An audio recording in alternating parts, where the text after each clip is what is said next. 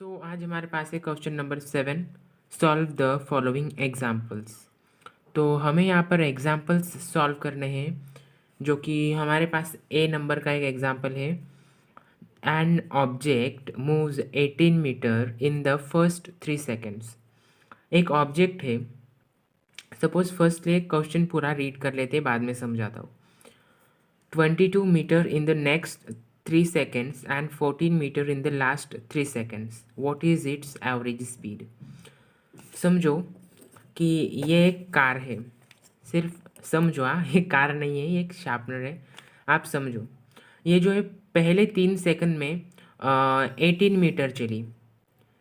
इसके बाद के जो 3 सेकंड्स थे उनमें वे 22 मीटर चली, और 22 मीटर चलने के बाद के जो 3 सेकंड्स है उसमें ये 40 मीटर चली। तो इसकी एवरेज स्पीड क्या होगी? ठीक है, तो ये हमें फाइंड करनी है। और एवरेज स्पीड फाइंड करने का फॉर्मूला क्या है?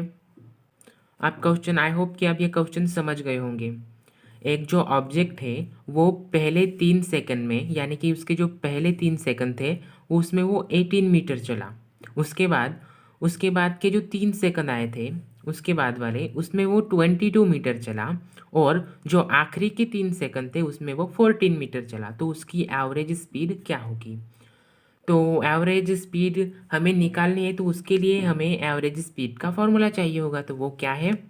सो एवरेज स्पीड, उसका फॉर्मूला क्या है? Total distance covered upon total time taken. So total distance covered upon total time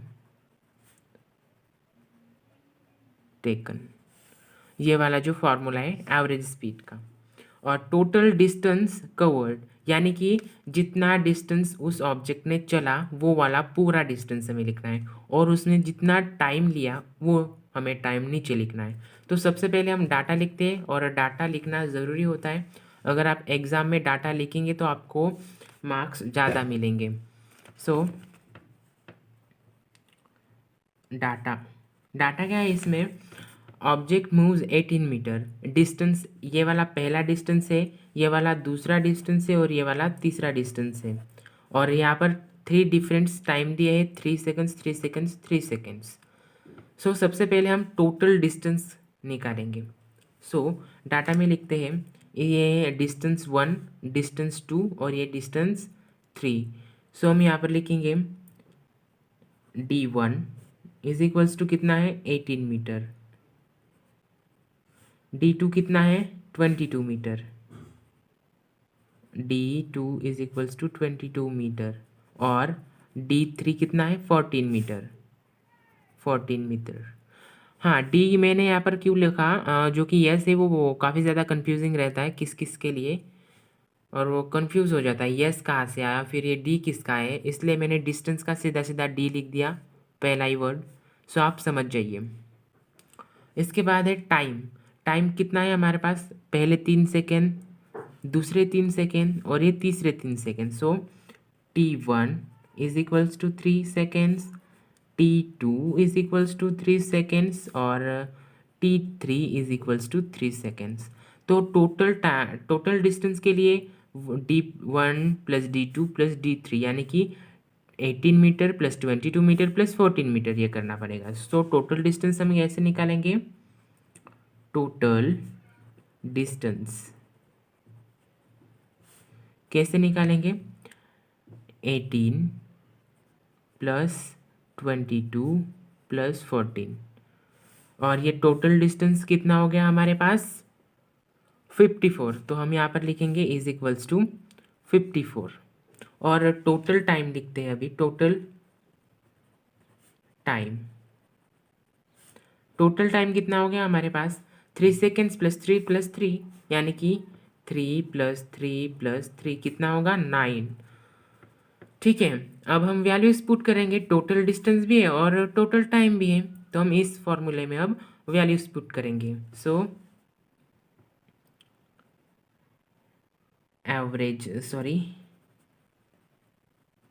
average speed is equals to total distance लिखना है ना ऊपर, तो टोटल डिस्टेंस कितना है हमारे पास 54, सो 54 ऊपर लिखेंगे और अपॉन में 9 टोटल टाइम, और टोटल टाइम हमारे पास है 9 तो 9 लिखेंगे और इसके बाद इसे सॉल्व करेंगे, कितने आएगा 6, 9 6 जा 54 और यही हमारी है एवरेज स्पीड।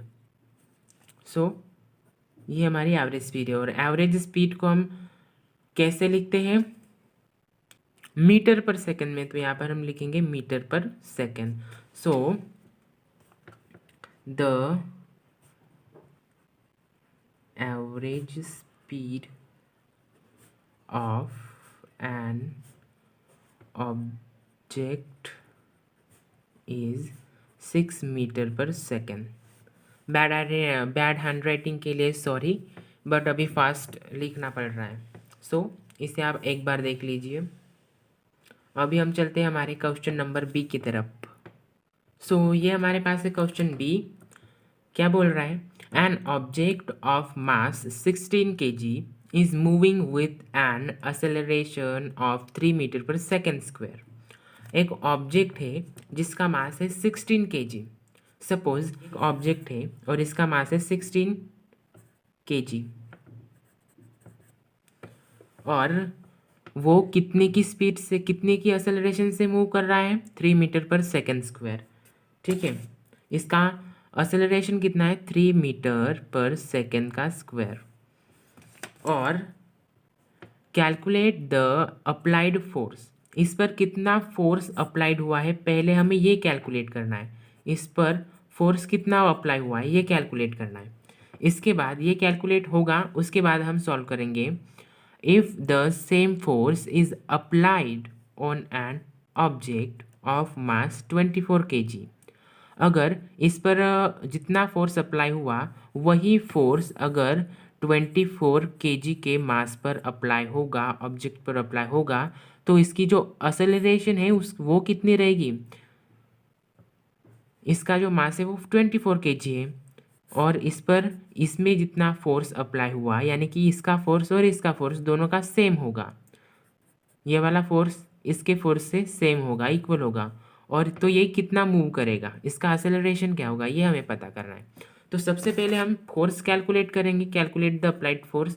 सबसे पहले हमें फोर्स कैलकुलेट करना होगा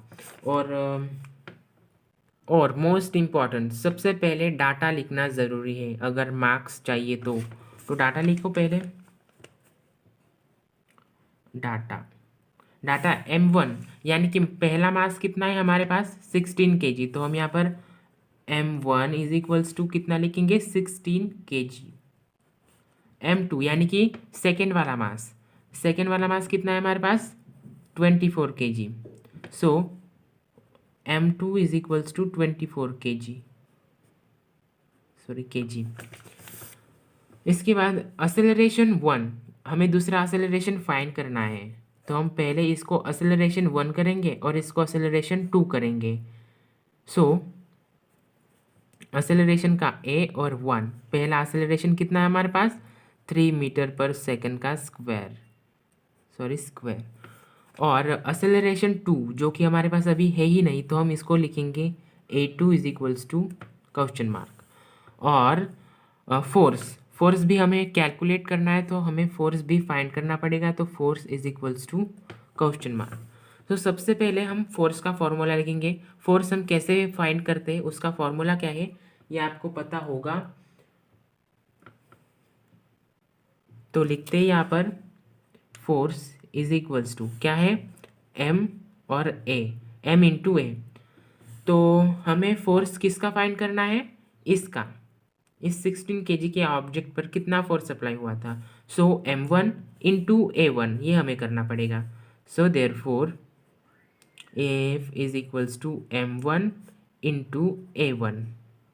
सो अभी लिखो इसको, F is equals to m1 की वैल्यू क्या है 16 kg, तो यहाँ पर 16 kg लिखेंगे, इंटू a1 की वैल्यू क्या है 3, तो हम यहाँ पर 3 लिखेंगे, इज इक्वल्स टू कितना होगा 48। और फोर्स किस में लिखा जाता है, किलोमीटर में नहीं लिखा जाता, वो लिखा जाता है न्यूटन में। तो हम यहाँ पर लिखेंगे n। सो इस पर फोर्स कितना अप्लाई हुआ था? 48 न्यूटन का। किस पर? 16 kg के मास पर। सो हमें यहाँ पर फोर्स अभी मिल गया है, तो इसे कट करेंगे और यहाँ पर लिखेंगे 48 न्यूटन का मास इस पर अप्लाई हुआ था, फोर्स इस पर अप्लाई हुआ था। तो ये 3 मीटर पर सेकेंड की स्क्वायर से असलरेट हुआ था, और यही 48 न्यूटन का मास इस पर अप्लाई हुआ, तो ये कितना मूव हुआ ये हमें बताना है। तो हमें तो फोर्स अभी पता ही चल चुका है, और ये इसका मास है। तो इसी फॉर्मूले से हम आगे सॉल्व करेंगे। हमें आगे फाइंड करना है असलरेशन। सो यही फॉर्मूला हम यूज़ करेंगे फोर्स वाला। सो F इज इक्वल्स टू, अभी हमें M2 का फाइंड करना है, 24 kg का और उसका मास। सो हम यहाँ पर लिखेंगे M2 into A2। So therefore M2 की वैल्यू क्या है हमारे पास? F is equals to, M2 की वैल्यू है 24, तो हम यहाँ पर लिखेंगे 24 इंटू A2 की वैल्यू हमारे पास नहीं है, तो हम लिखेंगे A2। और फोर्स हमारे पास है लेकिन नीचे लिखते हैं इसे। सो हमारे पास फोर्स कितना था? 48 newton is equals to 24 into A2। अब कैसे होगा? ये जो 24 है हमें इससे डिवाइड करना पड़ेगा, 24 से 48 को डिवाइड करना पड़ेगा, और इज इक्वल टू A2 होगा। सो 48 upon 24 is equals to A2. So therefore A2 is equals to 24 1 जा 24 और 24 2 जा 48। सो यहाँ पर 2 हो गया हमारा असलेरेशन। किसका असलेरेशन? इस वाले मास का, 24 kg के मास का। और असलेरेशन का जो यूनिट है वो क्या है? मीटर पर सेकेंड का स्क्वायर। सो हम लिखेंगे द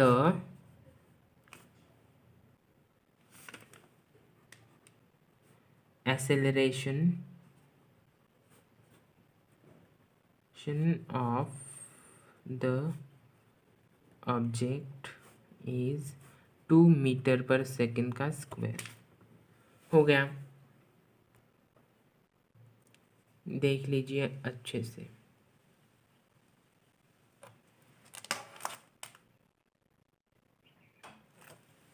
अब चलते हैं क्वेश्चन नंबर सी की तरफ। तो अब हमारे पास है question C. A bullet having a mass of 10 gram and moving with a speed of 1.5 metre per second.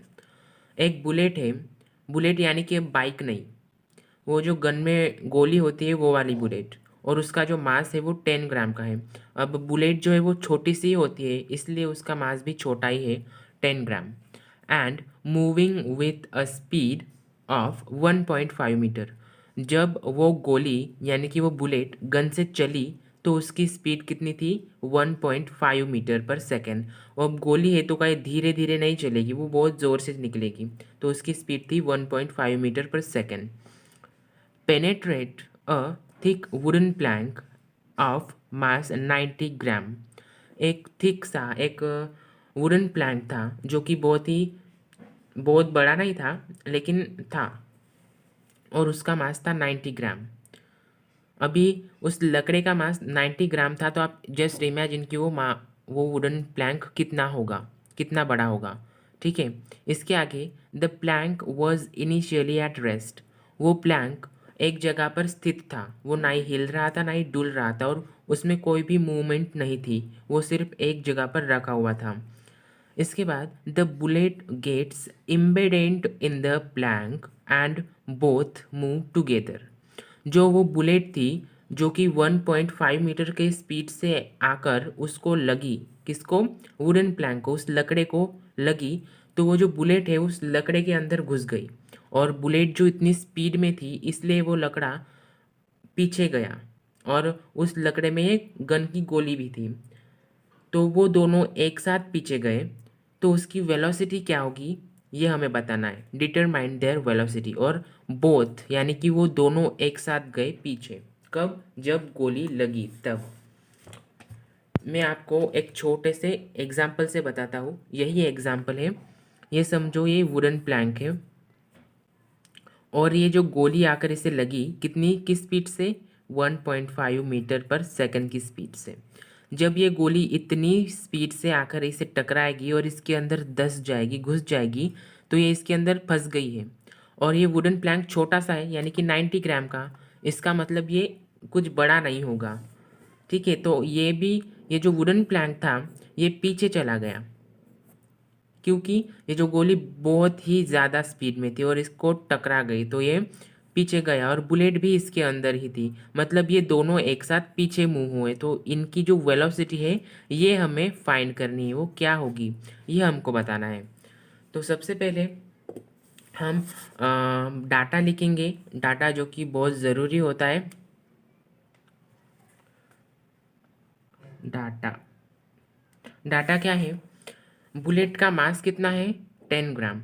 और हम इसको एसआई यूनिट से सॉल्व करेंगे, और एसआई यूनिट में हमें केजी में, मीटर और सेकंड में ये ऐसा मेज़र रहता है। तो हम इसे एसआई यूनिट में सॉल्व कर रहे हैं, तो इसे इस 10 ग्राम को हमें किलो में कन्वर्ट करना पड़ेगा, केजी में कन्वर्ट करना पड़ेगा, और इस 90 ग्राम को भी हमें केजी में कन्वर्ट करना पड़ेगा।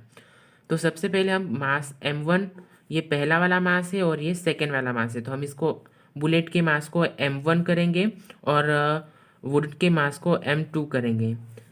सो m1 इज इक्वल्स टू 100 ग्राम है, तो सॉरी 10 ग्राम है, तो यहाँ पर 10 लिखेंगे और बाद में इसको केजी में कन्वर्ट करेंगे, क्योंकि हम इसे एसआई यूनिट की हेल्प से सॉल्व करने वाले हैं। सो 10 ग्राम, m2 कितना है? 90 ग्राम है, सो m2 इज इक्वल्स टू 90 ग्राम। इसकी स्पीड कितनी है? u, इनिशियल स्पीड यानी कि u होता है, और इसकी इनिशियल स्पीड वो मतलब रेस्ट पे थी, मतलब उसकी इनिशियल स्पीड 0 थी।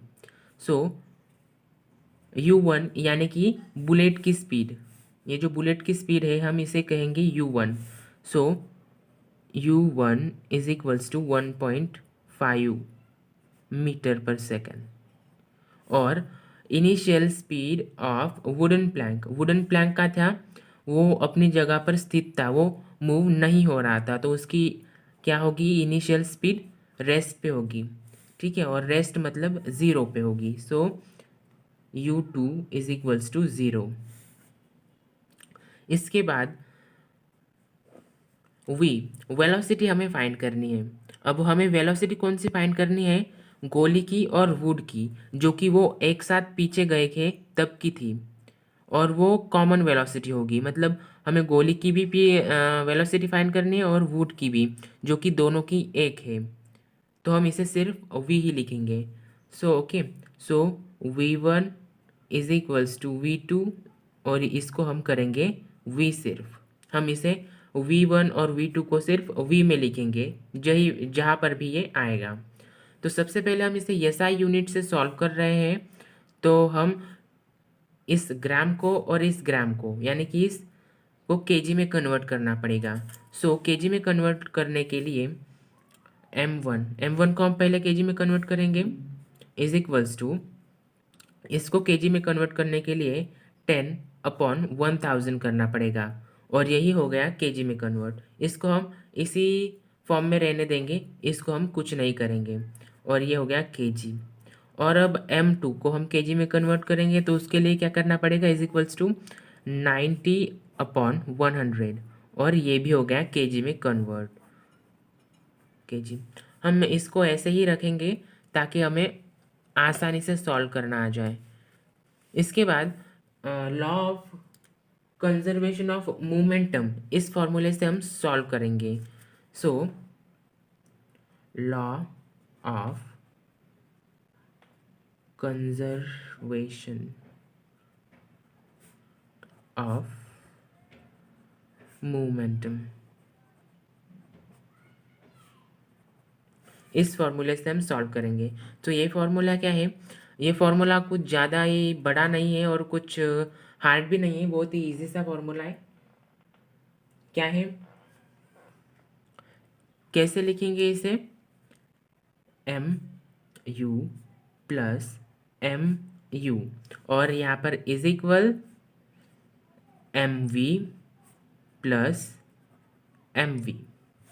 अब इसको हम 1 करेंगे, 1 1 2 2, 1 1 और 2 2।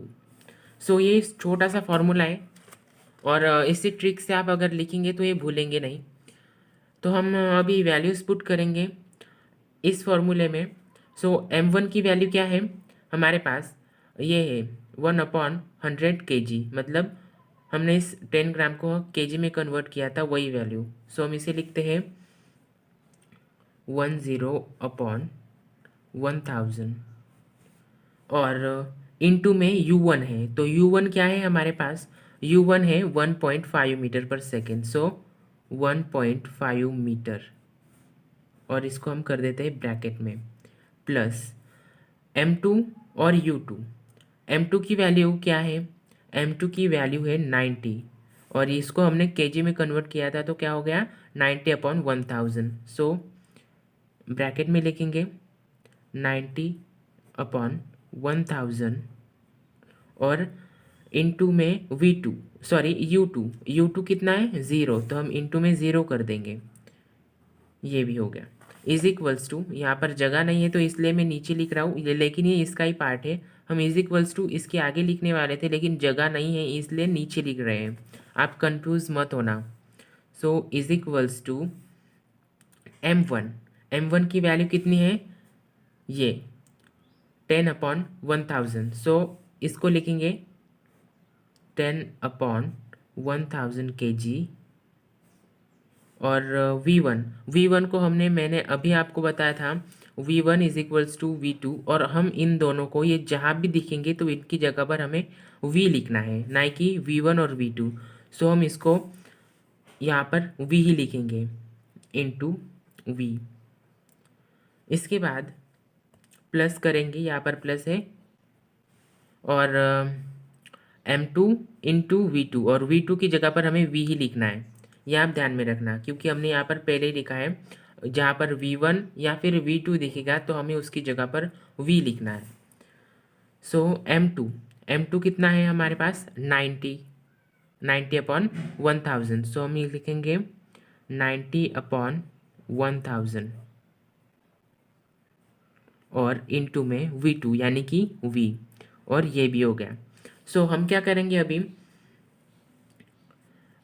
जब हम इस ज़ीरो को इससे मल्टीप्लाई करेंगे 90, तो 90 ज़ीरो ज़ा ज़ीरो, और इसका जो वैल्यू होगा वो पूरा ही ज़ीरो हो जाएगा। सो पहले इसको करते हैं, तो इसका क्या होगा, तो इसका होगा 10 इंटू 1.5 का 15। सो यहाँ पर हम लिखेंगे 15, एक मिनट, तो यहाँ पर हम लिखेंगे 15, और अपॉन में 100 का 100 ही रहेगा, और kg, तो kg बाद में लिखेंगे और इसको ब्रैकेट में ही लिखेंगे, ठीक है।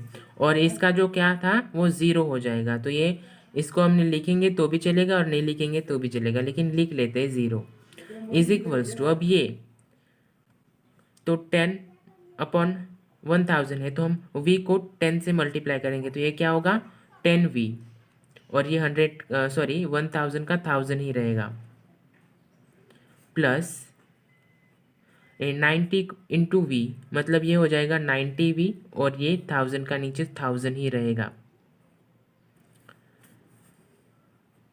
तो अगर हम इसमें देखें तो v और ये v, मैथ का रूल आपको याद आता होगा, अगर इनका जो डिनोमिनेटर है वो सेम है और न्यूमरेटर जो है उनमें v है, तो हम इनको अगर प्लस करेंगे तो कैसा होगा, ऐसा होगा 15/1000, इस जीरो को हम अब नहीं लिखेंगे, इज इक्वल्स टू ये 10v प्लस 90v, 10 प्लस 90 कितना हो जाएगा 100, और ये v का v, सो 100v/1000, डिनोमिनेटर सेम है। अभी इन दोनों में से कॉमन है 1000 और 1000, तो हम इसको मल्टीप्लाई करेंगे कितने से, 1000 से, और यहाँ पर लिखेंगे मल्टीप्लाई each term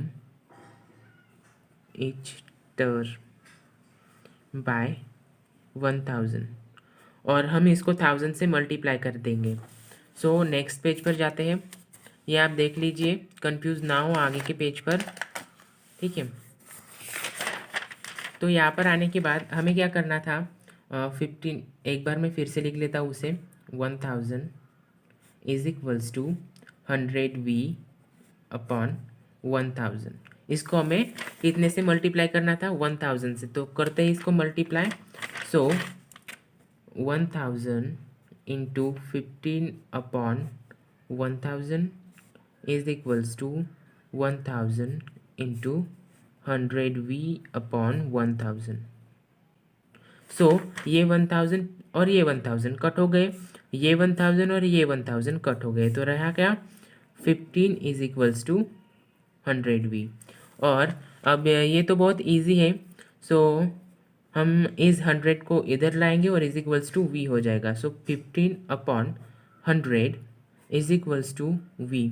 और इसमें क्या करना है तो आपको पता ही है, यहाँ पर अगर 100 है और नीचे छोटी है मतलब 15 है, तो पॉइंट करके इधर हमें ज़ीरो लगा देना है, ठीक है। सो आप बहुत अच्छे से जानते हैं, ये मैथमेटिक्स में बहुत कॉमन है। सो v इज इक्वल्स टू 0.15, और स्पीड किस में रहती है, मीटर पर सेकंड में। तो ये हो गया हमारा आंसर, 0.15 मीटर पर सेकंड, ये हो गई हमारी वेलोसिटी। तो अब हमारे पास है लास्ट वाला question D, a person swims 100 metre in the first 40 seconds. Okay, एक इंसान है जो कि 100 मीटर स्विम किया, 100 मीटर तैर गया वो कितने, 40 सेकेंड्स में, 80 metre in the next 40 seconds and 45 metre in the last 20 seconds. What is the average speed. ये अब एग्जाम्पल आपको कुछ समझ में आया ना, मतलब हमारा जो ए नंबर का एग्जाम्पल था बिल्कुल इसके सिमिलर है वो, और बहुत ही इजी है, तो इसे आप सॉल्व करना बहुत ही इजी है। इसके लिए भी यही फॉर्मूला यूज़ होगा, एवरेज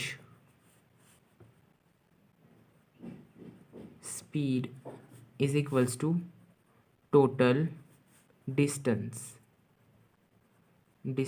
कवर्ड, यहाँ पर जगह नहीं है, अपॉन टोटल टाइम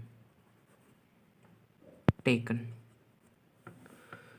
यही फॉर्मूला इसके ऊपर यूज़ होगा। तो आपको लिखना है डाटा कैसा लिखेंगे, डिस्टेंस 1, डिस्टेंस 2 और डिस्टेंस 3। मैं डाटा भी लिख देता हूँ, सिर्फ आप इसे सॉल्व करना। So data is equals to, data है डिस्टेंस 1 कितना है, 100 मीटर, सो हम D1 लिखेंगे।